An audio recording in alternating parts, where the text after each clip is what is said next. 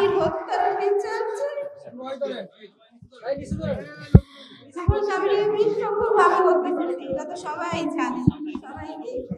আমি আমার স্বামীর হত্যার বিচার চাই। আমার হাজবেন্ডের মরাকে নিয়ে খেলা করুক বা ব্যবসা করুক আমি চাই না। আমি আমার ছেলে মেয়ের ভবিষ্যৎ চাই, আর আপনার কাছে আমি স্বামীর হত্যার বিচার চাই, কঠিনতম কঠিন বিচার হোক।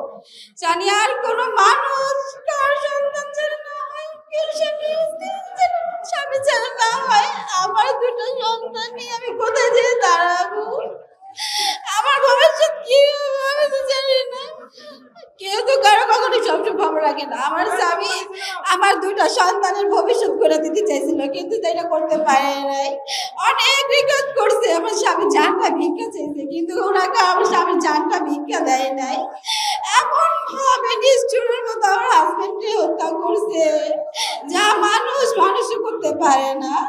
আমি আপনাদের সবার কাছে অনুরোধ করি, আমার হাজবেন্ডের বিচার চাই, এরকম কঠিন বিচার চাই। সবাই যদি দেখে যেরকম আমার হাজবেন্ডের মারছে, সেরকম ভাবে বিচার হয়, যদি সবাই পৃথিবী সবাই যদি দেখে যে কিরকম শাস্তি হয়।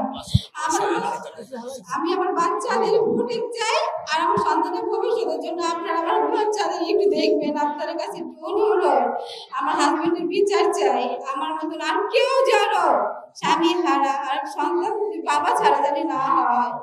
আপনাদের কাছে বলেছি আমার স্বামীর হত্যার বিচার চাই। আজকে একটা অত্যন্ত বিষয় দুঃখজনক ভালো দিলে আমি আপনাদের সামনে যাবো। আমার তিনি ছুটি লন্ডন থেকে আমার সঙ্গে করে কথা বলেন। তিনি বলেছেন যে অসহায় পরিবারের সারা বাংলাদেশে তিনি যেখানে অসহায় পরিবার থাকে সেখানে তিনি দাঁড়ান। আর আমাদের যুবদল কর্মী তার তিনি করেছেন, তিনি বলছেন আমার সার্বিক সমাজে যা করতে পারি আমার পক্ষ থেকে আমি তাই করব। আমাদের তিনি আমাকে বললেন আপনি কালকে সকালে যাবেন, আপনি গিয়ে বলবেন তাদের সান্ত্বনা দেবেন, সহযোগিতার সার্বিক সমিতি আমরা করার চেষ্টা করব। প্রিয় এলাকাবাসী, প্রিয় নেতৃবৃন্দ, সাংবাদিক ভাইয়েরা, আপনাদের একটা ভুল করি, আমাদের সোহাগ যে মৃত্যুবরণ আছে সেটা পৈশাচিক, সেটা বর্বর, নৃশংস।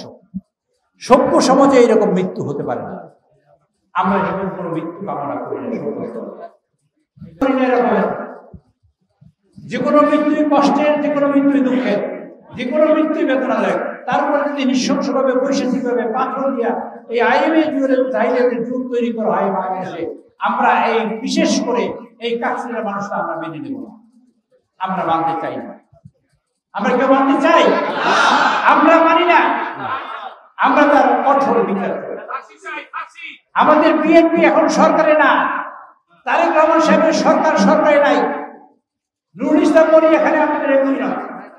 আমরা করতে পারি নিন্দা, আমরা দাবি করতে পারি সরকারের কাছে অনতিবিলম্বে স্পেশাল ট্রাইব্যুনালের মাধ্যমে এই হত্যাকাণ্ডের বিচার এবং দৃষ্টান্তমূলক শাস্তি দাবি করছি। তাদের আমরা ফাঁসি চাই। আমরা ফাঁসি চাই। আমরা কি ফাঁসি চাই? সব হত্যাকারীদের আমরা কি ফাঁসি চাই?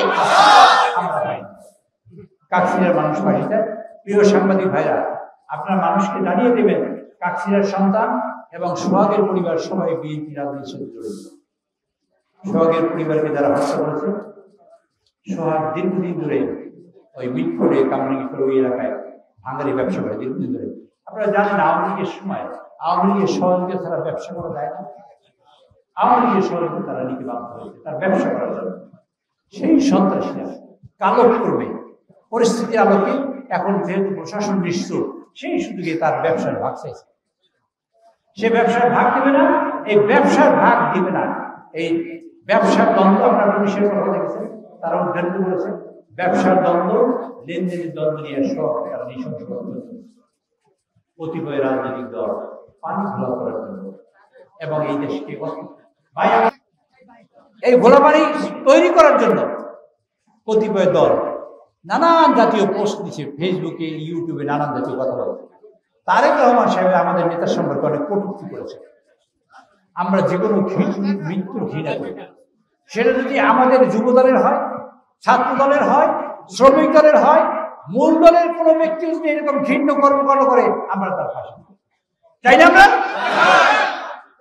বিএনপির কোন লোক যদি এই কাজ করে আমাদের নেতা তারেক রহমানের মধ্যে তার দৃষ্টান্তমূলক শাস্তি দিতে হবে। এই বাংলাদেশে আমরা দেখতে চাই সেটা। তারেক রহমানের সরকার যদি ইনশাআল্লাহ ভবিষ্যতে সরকারে বসে আমরা তার কঠোর বিচার ব্যবস্থা করবো ইনশাআল্লাহ। সেই প্রতিশ্রুতি আমি আপনাদের দিতে পারি। কারণ তারেক রহমান সাহেব সেই সংবেদনশীল মানুষ, যিনি বলেছেন আমরা সবাই ঐক্যবদ্ধ হইলাম 5 তারিখের আগে শেখ হাসিনাকে তাড়াবার জন্য।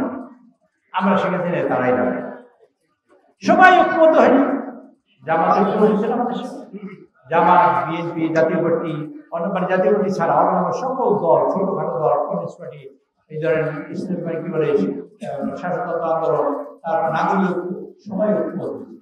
কেন হচ্ছে আমাদের দেশে পাড়া, আমাদের দেশে মুসলিম, দেশের সম্পদ লুণ্ঠনকারী এবং পুঁজি সেক্ষেত্রে। আচ্ছা, আপনাদের কাছে আপনি শুনবেন কিন্তু, আচ্ছা শেখ হাসিনার বিদায় হওয়ার পর আমরা কি দেশের উন্নয়ন চাই না? উন্নয়ন চাই। আমার নেতা তারেক রহমান বলছেন আজকের ভোট হলে বিএনপির সরকার গঠন করার সম্ভাবনা সবচেয়ে বেশি না? আপনার মনে করেন কি বেশি না? সেই জন্য তারপর আমাদের নেতা তারেক রহমান সরকারে নয়, আমরা দেশ গঠন করবো, একটা জাতীয় সরকার গঠন করবো, যেখানে সকল দল সরকারে বসে দেশের মানুষের কল্যাণের জন্য যুক্তি দিতে পারবে, বুদ্ধি দিতে পারবে। ন্যাশনাল গভর্নমেন্ট জাতীয় সরকার গঠন করতে চায়, যারা চান তারাই এই সরকারে যোগদান করতে পারবেন। সবাই মিলে আমরা দেশটা বাঁচাইতে চাই। এই দেশ আমাদের, এই দেশ আমরা ভারতের বদলত হতে দিতে পারি না, দিতে চাই না।